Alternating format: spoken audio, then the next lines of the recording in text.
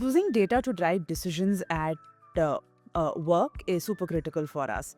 It's taken us years of learning and unlearning to get to this point. When we started off, we were collecting about 136 indicators.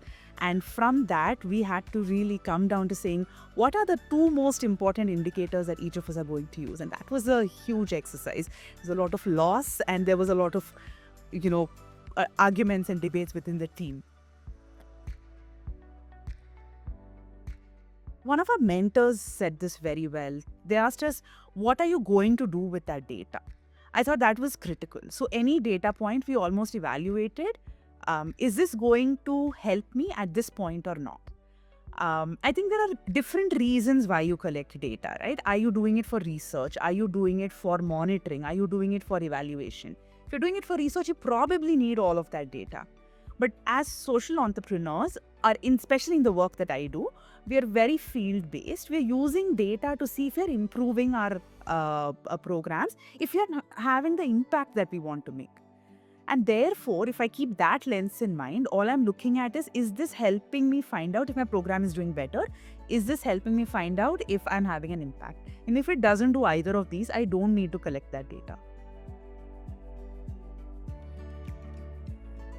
Any data point that we collect, the question to ask yourself is, do I want to look at it on a weekly basis? Do I want to look at it on a monthly basis or a quarterly basis? Typically, what I've seen is weekly is what I can take immediate action on. It is a leading indicator. Monthly will give me some sort of a summary on what has happened and what I can do.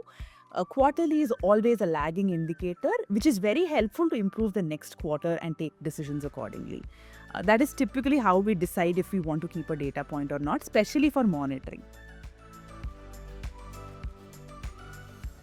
The other piece to remember is the moral cost of collecting data. At the end of it, this is public data. It is people's data. As an NGO, should we be having access and should we even be privy to this kind of data and storing it on our servers?